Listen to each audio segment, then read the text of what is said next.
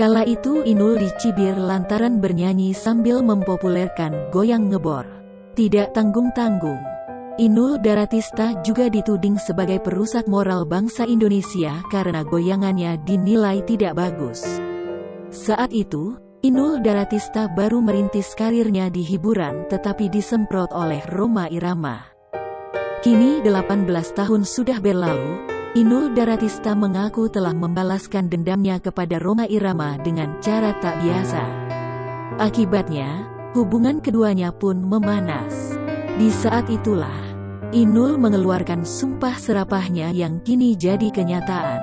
Namun kala itu, Inul Daratista mengaku ragu apakah sumpah serapah dan janjinya itu akan bisa ditepati atau tidak.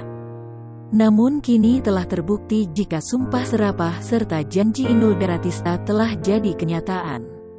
Akibat sumpah serapah tersebut, semangat Inul Daratista untuk sukses mendadak terpacu. Inul Daratista mendadak jadi punya tekad kuat untuk membuktikan ke Rhoma Irama bahwa anggapan sang raja dangdut itu salah.